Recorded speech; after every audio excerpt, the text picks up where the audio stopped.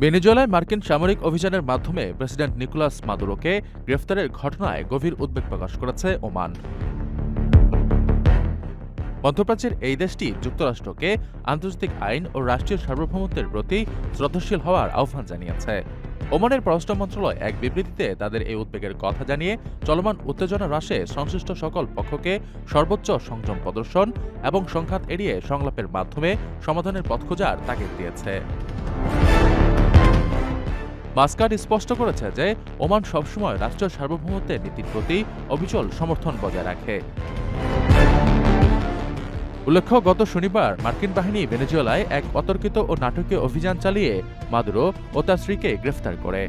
দীর্ঘদিন ধরে মাদুরোর ওপর মার্কিন নিষেধাজ্ঞা ছিল এবং ওয়াশিংটন তার মাথার দাম ঘোষণা করেছিল $5 কোটি।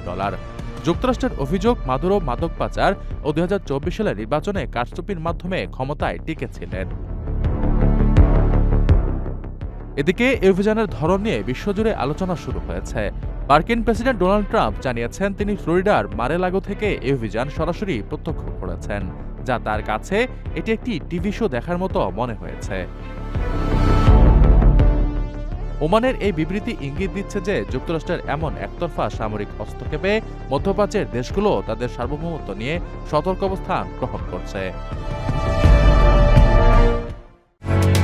ওমানের সেরা রেট দিচ্ছে বাংলাদেশি প্রতিষ্ঠান গালফ এক্সচেঞ্জ।